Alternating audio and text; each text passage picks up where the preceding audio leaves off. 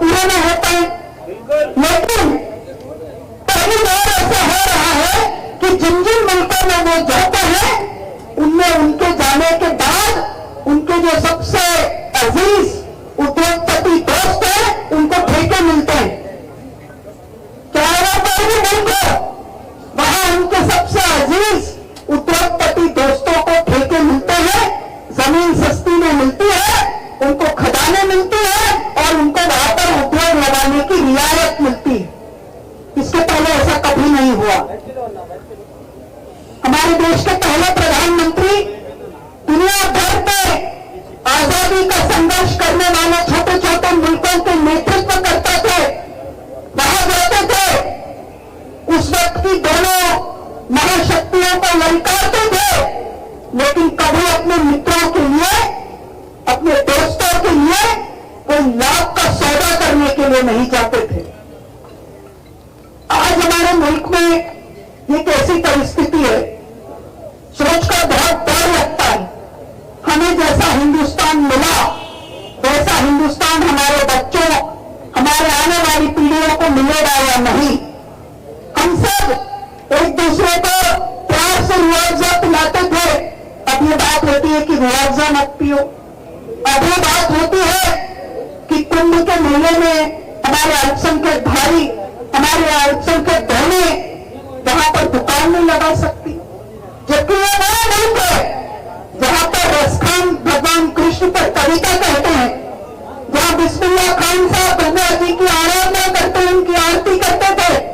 ऐसे मुल्क में इस तरह की फिरका परस्ती की बातें होती है, जबकि हम सबको पूरा विश्वास है जब भी इस देश की सीमाओं पर किसी भी प्रकार का प्रहार होगा, जब भी हमारा पड़ोसी मुल्क हमको ललकारेगा, तो भारत का हर एक मुसलमान अपनी शहादत से एक नया हिमालय खड़ा कर देगा और इस देश की और भारत माता की रक्षा करने के लिए आगे आएगा। ये नया मुल्क है और आज हम क्या देखते हैं, किस तरह के भाषा का उपयोग करते हैं। और मुझे ये भी लगता है कि जब वो हिंदू राष्ट्र की बात करते हैं तो वो बात केवल अल्पसंख्यकों की नहीं है, वो बात हर समाज के गरीबों, दलितों, कुचले हुए, दबे हुए वर्गों की है, हमारे देश के आदिवासियों की है।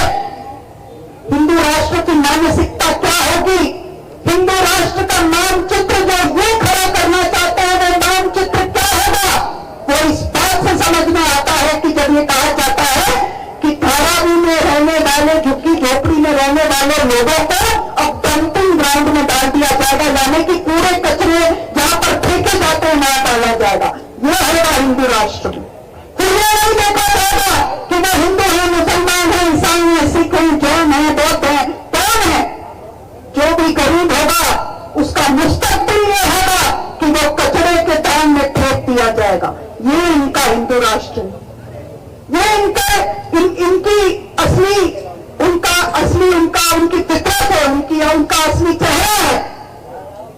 राम राज्य की बात तो गांधी ने की थी, नाथूराम गोडसे की गोलियों का शिकार होते हुए शहादत से पहले भी भगवान राम का नाम लिया था, क्योंकि भगवान राम के राज्य में कहा जाता था कि गरीब है या अमीर, वो राजा के दरबार में आकर उनको खटखटा सकता है।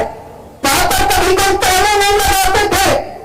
लेकिन आज हमारे देश की यह हालत है कि सबके मन में ताले लग गए हैं। इससे ज्यादा दुखद, इससे ज्यादा नफरत इसके पहले कभी नहीं देखी। 1% हिंदुस्तान के पास हिंदुस्तान का 50% संपत्ति है, 10% तंत्र पर हुआ है, उसका भी सामना सरकार को करना पड़ता है। तो ऐसे में हमारे सामने आज बहुत बड़ी चुनौती है। चुनौती यह है कि हम न्याय की लड़ाई लड़े, चुनौती यह है कि हम इस लोकतंत्र को बचाने के लिए लड़ाई लड़े। ये बात बहुत स्पष्ट है कि गुजरात में जहां पर राहुल जी ने कदम रखा उसकी घबराहट सामने आ गई, उससे जो कंपन हुआ वो सामने आया है और उसको लेकर ये मुकदमा दायर किया गया।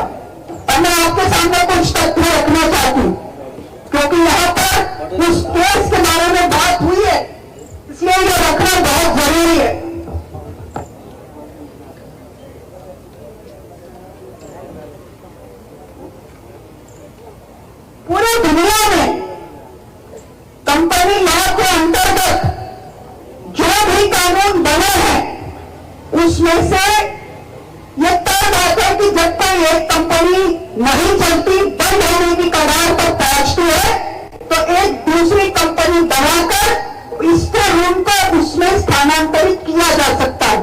इसमें किसी भी प्रकार के, किसी भी दुनिया के लोकतांत्रिक मुल्क के किसी भी कानून का उल्लंघन नहीं किया गया। दूसरी बात होती है मनी लॉन्ड्रिंग की।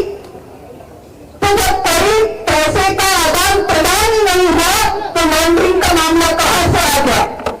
जब कंपनी प्रॉफिट की कंपनी नहीं है, जब उसमें किसी भी प्रकार के आदान प्रदान को प्रतिबंधित किया गया है, तो उसमें मनी लॉन्ड्रिंग का या फर्जी पैसे के लेन देन का मामला कहां से आता है? सबसे ज्यादा फर्जी लेन देन का मामला तो पीएम केयर फंड में हुआ, उसकी बात आज तक कभी ये होती नहीं है। सबसे ज्यादा तो इलेक्टोरल बॉन्ड का लाभ भारतीय जनता पार्टी ने उठाया, उसके बारे में तो कहीं पर भी कोई बात नहीं होती है। तो ये जब सवाल खड़े किए गए, तब ईडी के चार्जशीट का मामला आया।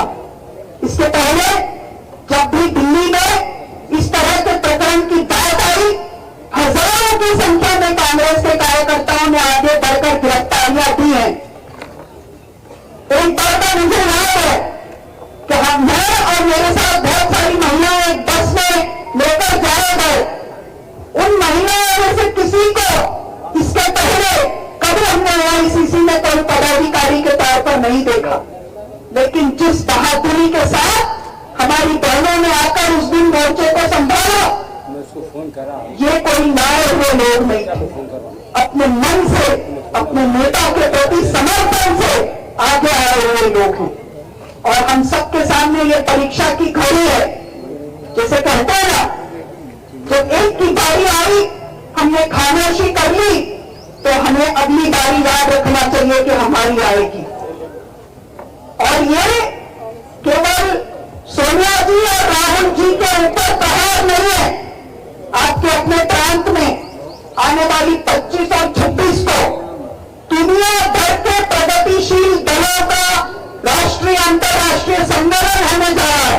वही तारीख उस केस के लिए भी मुकर्रर की गई है, क्योंकि जिस तरह से दक्षिणपंथी ताकतें पूरे दुनिया में अपना कब्जा बनाने की कोशिश कर रही है, जो हमारे मुल्क में हो रहा है, वो दूसरे सबसे बड़े लोकतांत्रिक मुल्क अमेरिका में भी देखने को आया है कि किस तरह से वो अपने संकुचित विचार के साथ पूरी दुनिया में एक प्रकार का आर्थिक तानाशाही बचाने का प्रयास कर रहे हैं। उनके मुल्क के लोग भी हजारों की संख्या में निकलकर आंदोलन कर रहे हैं। ऐसा इसके पहले कई साल पहले भी हुआ, और उस वक्त भी 70 के दशक में वो इंदिरा जी ही थी जिन्होंने इस परिस्थिति का सामना किया। और आज पुनः वैसा ही मौका आया है। माननीय प्रधानमंत्री जी जो बहुत मन की बात करते हैं, उन्होंने एक शब्द अपने दोस्त ट्रंप के इस नए रुकावट के बारे में नहीं व्यक्त किया, एक शब्द नहीं कहा। उनके लिए तो उन्होंने बहुत बड़ी रैली निकाली थी गुजरात में, बोलना चाहिए था, लेकिन वो नहीं बोल पाए। वो उसी समय वहीं पर थे, लेकिन बोल नहीं पाए, क्योंकि बोलने की हिम्मत उनमें नहीं है। बोलने की हिम्मत अगर किसी में है तो उस विरासत में है जिसने अमेरिका को चुनौती देते हुए बांग्लादेश की आजादी की लड़ाई लड़ी थी। ऐसी वीरांगना का जो लेगेसी और जो विरासत कांग्रेस पार्टी के पास में है, उसको लेकर आगे बढ़ने का ये मौका है। ये जो धरना प्रदर्शन हमने किया है, ये हमारी शुरुआत है। और कांग्रेस को ये मानना चाहिए कि राज्य पर से, तंत्र पर से जब तक दक्षिणपंथी ताकतों को हम समाप्त नहीं करते, तब तक हमारी अपनी हुकूमत जो लोकतांत्रिक मूल्यों पर खड़ी है, उसको स्थापित करने के लिए हम सबको मिलकर प्रयास करना है। और वही प्रयास सरकार में रहते हुए हमारे विधायक और मंत्रीगण करते हैं, और कांग्रेस कार्यकर्ताओं को सड़क पर रहकर करना है। और इसी के लिए कि हम लोगों के आजादी के लिए उनके न्याय के लिए, समतामूलक समाज की स्थापना करने के लिए जब तक हम ये प्रयास नहीं करेंगे, तब तक जो बाबा साहेब ने हमको संविधान दिया, जो बापू की लड़ाई के कारण हमको मिला, जो सुभाष चंद्र बोस की कुर्बानी के कारण और भगत सिंह के फांसी के फंदे को चूमने के कारण हमको मिला, उसको हम आगे लेकर नहीं जा सकते। और इसीलिए हम सबको आने वाले समय में एक नए इंकलाब की जरूरत है। और नया इंकलाब क्या होगा? आज जो करोड़पति व्यक्ति है और जो गरीब व्यक्ति है, दोनों के वोट की एक ही कीमत है। लेकिन जब तक आर्थिक और सामाजिक तौर पर विषमताएं होगी, गैर बराबरी होगी, तब तक राजनीतिक तौर पर भी बराबरी हासिल नहीं हो सकती। और उसके लिए एक नए इंकलाब की जरूरत है। और वो इंकलाब कांग्रेस के अलावा और कोई लेकर के नहीं आ सकता। हमारे नेता राहुल जी, हमारी नेता प्रियंका जी, हमारी त्याग और तपस्या की प्रतिमूर्ति सोनिया जी, उन्हीं के मार्गदर्शन में और हमारे अखिल भारतीय कांग्रेस कमेटी के अध्यक्ष माननीय मल्लिकार्जुन खड़गे जी के नेतृत्व में हम इसको लेकर आएंगे।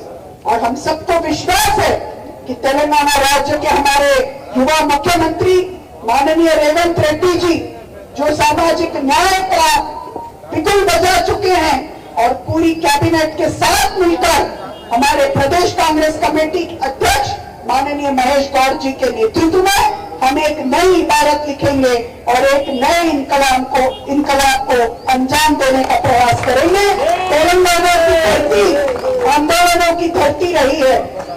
महिलाओं के स्वावलंबन का, सेल्फ हेल्प का सबसे बड़ा आंदोलन यहाँ हुआ, भूमि सुधार का सबसे बड़ा आंदोलन यहाँ हुआ, किसानों का सबसे बड़ा आंदोलन यहाँ पर हुआ। और इसी भूमि में इस नए सामाजिक न्याय का इंकलाब भी होगा, इसका हम सबको पूरा विश्वास है। बहुत बहुत धन्यवाद। जय जगत, जिंदाबाद। Thank you madam. आप बोले वैसा आज